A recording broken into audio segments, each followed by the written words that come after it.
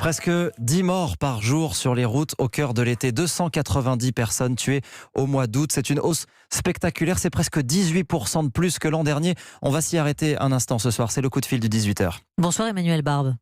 Bonsoir. Vous êtes le délégué interministériel à la sécurité routière. Merci de nous répondre en direct. Comment vous expliquez ce chiffre catastrophique ? Alors d'abord, ce chiffre statistique, près de 18%, c'est 44 vies humaines de plus perdues en août sur nos routes, donc c'est tout à fait dramatique. Je voudrais être prudent sur les explications parce qu'on compare le mois d'août de cette année à celui de l'an dernier et on a finalement assez peu d'éléments d'analyse.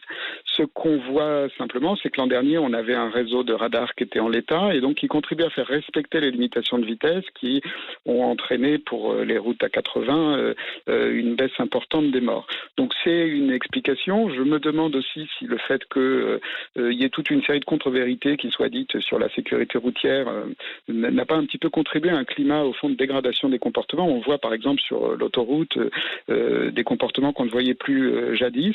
En tout cas, ça prouve quoi ? C'est que on peut avoir 44 morts de moins en août en France.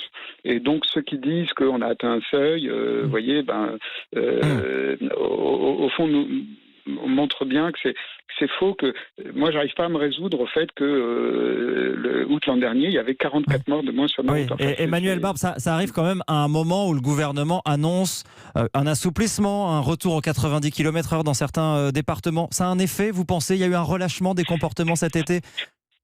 Écoutez, moi j'attribuerais d'abord le relâchement des comportements à la destruction des radars qui malheureusement se poursuit, alors dans des proportions très moindres, mais qui reste quand même un facteur qu'on mesure puisque les radars qui marchent flashent beaucoup plus, ce qui montre bien que la destruction des radars a un impact sur les vitesses. Et ça, c'est tout à fait déterminant.